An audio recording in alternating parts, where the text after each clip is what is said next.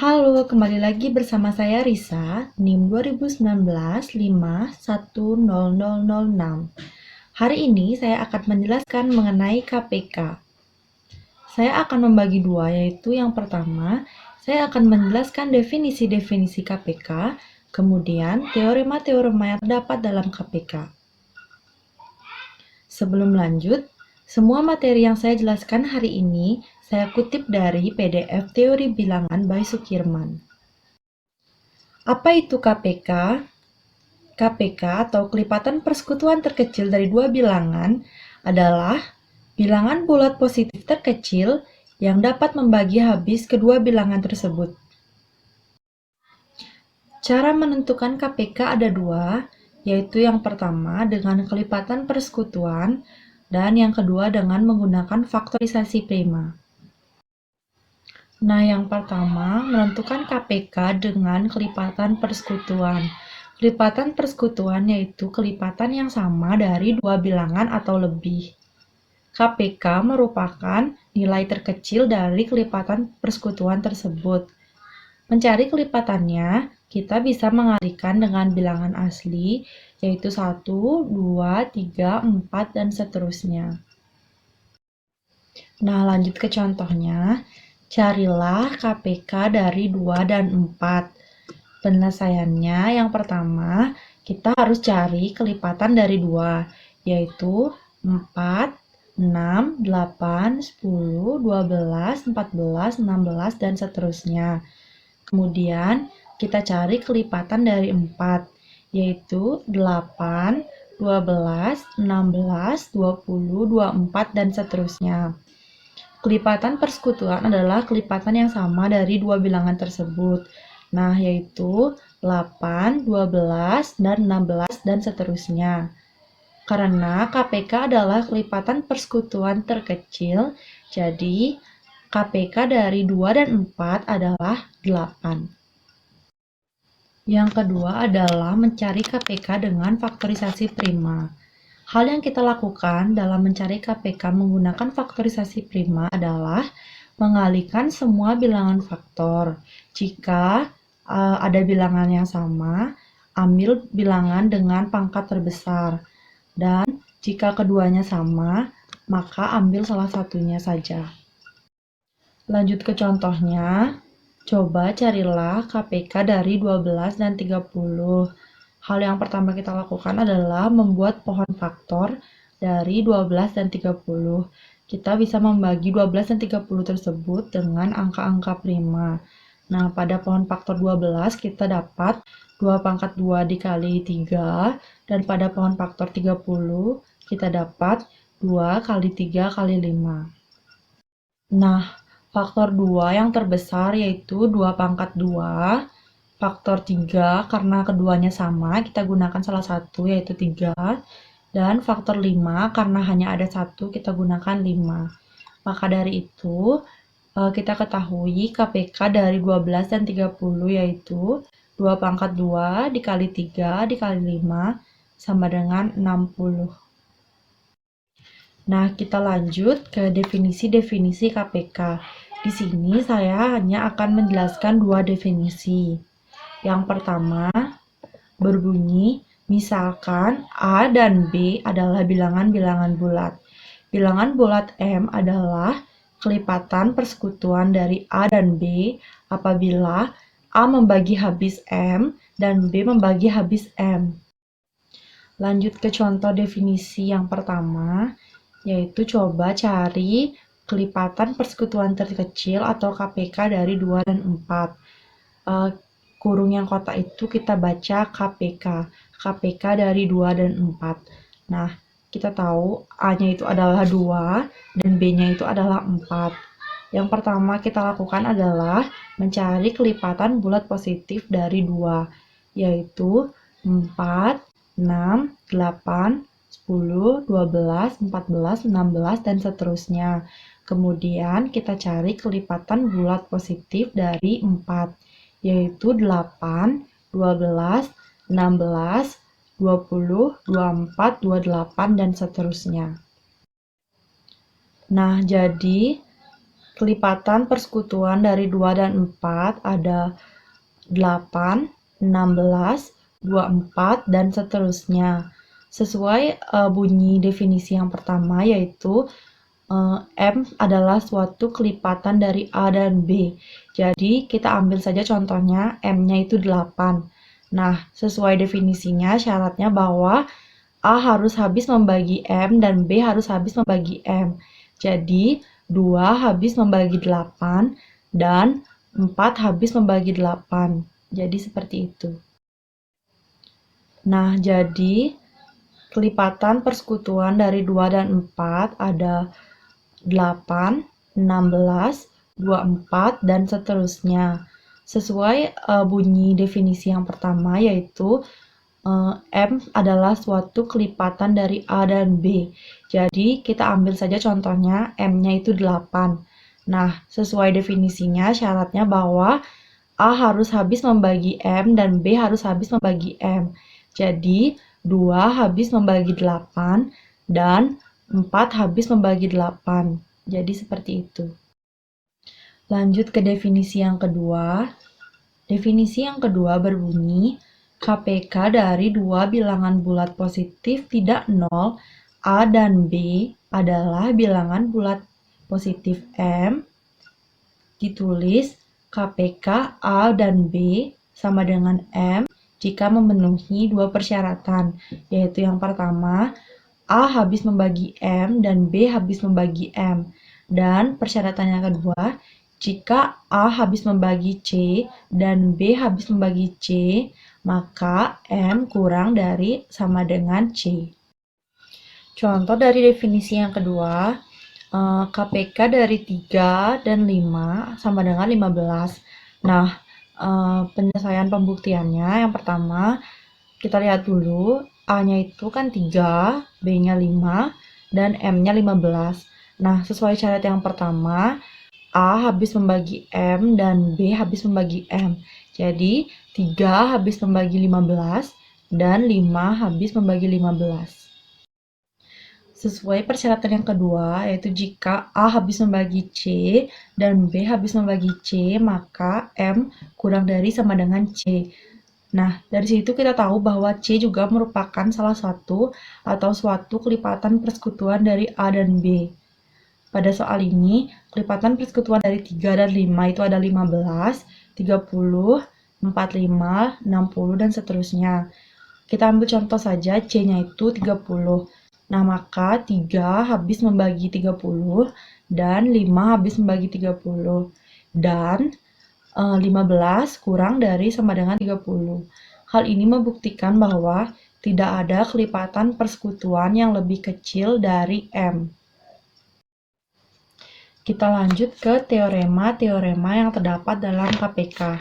Nah, teorema yang pertama ini berbunyi, jika C adalah suatu kelipatan dari bilangan-bilangan bulat tidak nol A dan B, maka KPK dari A dan B membagi C, atau bisa ditulis KPK dari A dan B membagi C. Lanjutkan dengan pembuktian dari bunyi teorema yang pertama ini. Nah, kita misalkan ada KPK dari A dan B sama dengan M, maka harus M habis membagi C. Mengapa? Karena C di sini merupakan suatu kelipatan persekutuan dari A dan B, dan M tersebut adalah kelipatan persekutuan terkecil. Jadi, M kurang dari sama dengan C.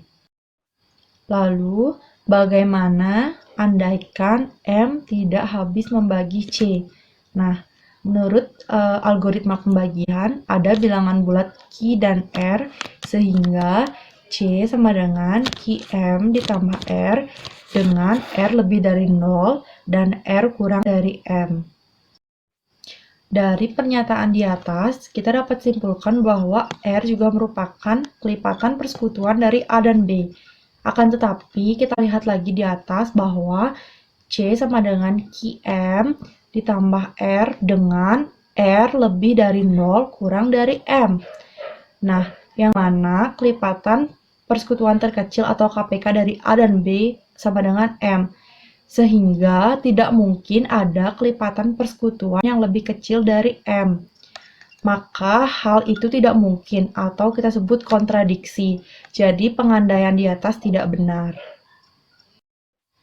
Agar lebih mudah dipahami, kita gunakan contoh saja untuk membuktikan bunyi teorema yang pertama ini. Nah, ada KPK dari 4 dan 6 itu sama dengan 12. Nah, hal yang kita lakukan untuk membuktikan adalah yang pertama, kita telaah dulu. A-nya itu 4, B-nya itu 6, dan M-nya itu 12. Nah, kita cari kelipatan bulat positif dari 4. Itu ada 8, 12, 16, 20, 24, dan seterusnya. Dan kelipatan dari 6 itu ada 12, 18, 24, 30, 36, dan seterusnya. Dan kelipatan dari A dan B atau dari 4 dan 6 ini ada 12, 24, 36, dan seterusnya. C itu kan suatu kelipatan persekutuan dari A dan B. Nah, kita ambil contoh aja, kita gunakan C-nya itu 36. Sesuai dengan bunyi teorema pertama, KPK dari A dan B habis membagi C, yang mana KPK dari A dan B sama dengan M. Maka dari itu, M juga habis membagi C. Nah, kita masukkan angkanya, tadi kan kita udah tahu M-nya itu 12, dan C-nya kita pakai 36. Lalu, 12 habis membagi 36. Dan terbukti bunyi teorema pertama bahwa KPK dari A dan B habis membagi C. Kita lanjut ke teorema yang kedua. Bunyi dari teorema yang kedua yaitu, jika C lebih dari 0, maka KPK dari CA dan CB sama dengan C dikali KPK dari A dan B. Nah, pada teorema ini kita mencari KPK dengan mengeluarkan faktor persekutuannya. Dan teorema ini biasanya digunakan untuk mencari KPK dengan bilangan-bilangan bulat yang besar, contohnya puluhan atau ratusan. Nah, kita lanjutkan ke pembuktian teorema kedua ini. Kita misalkan ada KPK A dan B itu sama dengan D. Maka A habis membagi D dan B juga habis membagi D. Sehingga CA habis membagi CD dan CB habis membagi CD. Maka KPK dari CA dan CB habis membagi CD. Nah, sebelum lanjut kita anggap saja C ini adalah suatu bilangan bulat. Nah, maka karena KPK dari CA dan CB sama dengan CD, maka KPK CA dan CB sama dengan C dikali KPK dari A dan B. Mengapa CD-nya bisa diubah menjadi C dikali KPK A dan B? Karena di awal tadi kita misalkan adalah KPK AB itu sama dengan D. Jadi kita ganti D-nya menjadi KPK A dan B. Makanya kita ganti CD menjadi C dikali KPK A dan B. Kita misalkan lagi KPK dari CA dan CB itu sama dengan CM. Maka CM habis membagi CD. Mengapa demikian? Karena CD tadi juga termasuk faktor persekutuan dari KPK dari CA dan CB. Maka CM juga habis membagi CD. Sehingga M juga habis membagi D. Nah, karena KPK dari CA dan CB itu sama dengan CM, maka CA habis membagi CM dan CB habis membagi CM.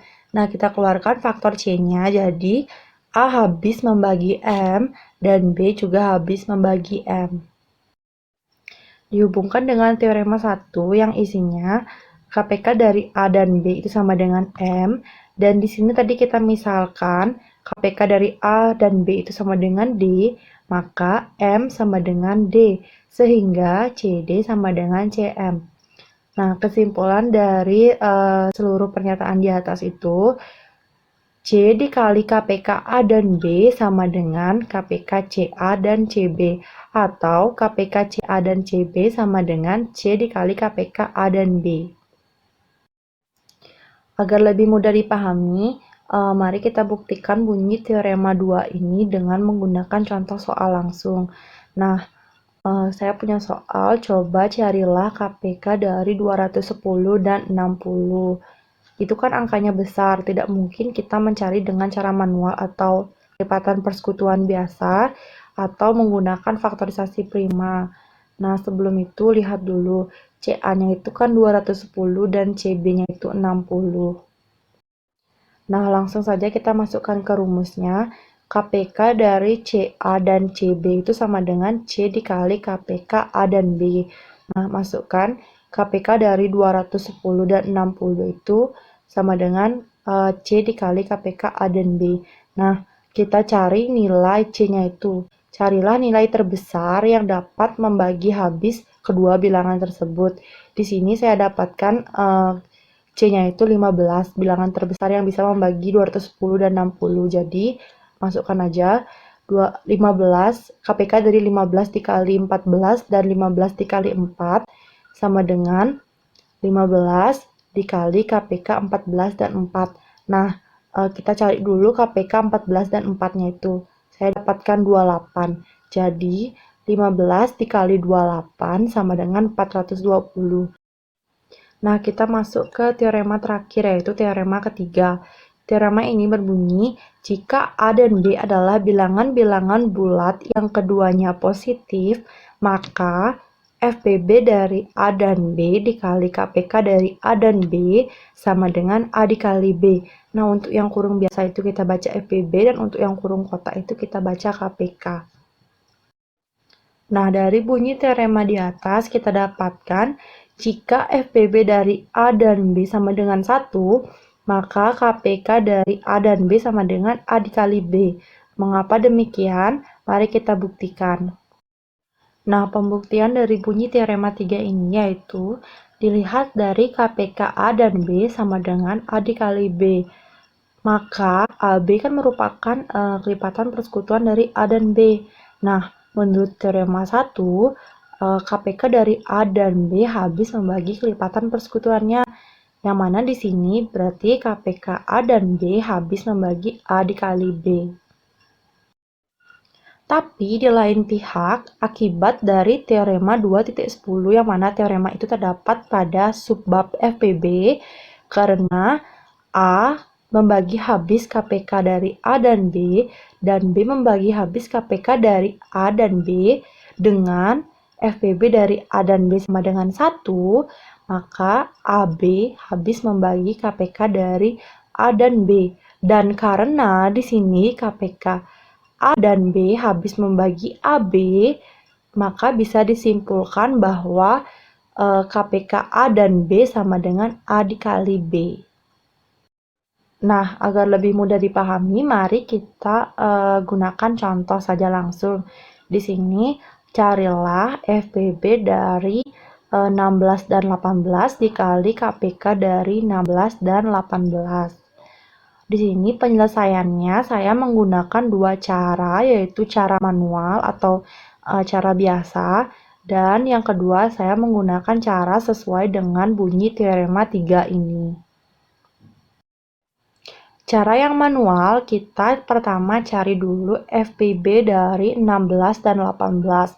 Dan saya dapatkan di sini FPB-nya itu 2. Kemudian kita cari KPK dari 16 dan 18, yaitu 144. Nah, kemudian kita gabungkan FPB dari 16 dan 18 dikali KPK dari 16 dan 18 sama dengan 2 dikali 144 sama dengan 288. Kemudian cara yang kedua ini adalah cara sesuai dengan bunyi teorema 3, yaitu FPB dari A dan B dikali KPK dari A dan B sama dengan A dikali B. Nah, kita masukkan saja angkanya. FPB dari 16 dan 18 dikali KPK dari 16 dan 18 sama dengan 16 dikali 18, karena A-nya 16 dan B-nya 18. Jadi 16 dikali 18 sama dengan 288. Nah, dari kedua cara ini hasilnya sama. Jadi teorema 3 ini terbukti benar. Nah, sekian aja pembahasan materi tentang KPK dari saya. Terima kasih dan maaf apabila ada salah kata atau salah perbuatan yang disengaja maupun tidak disengaja. Sampai jumpa kembali.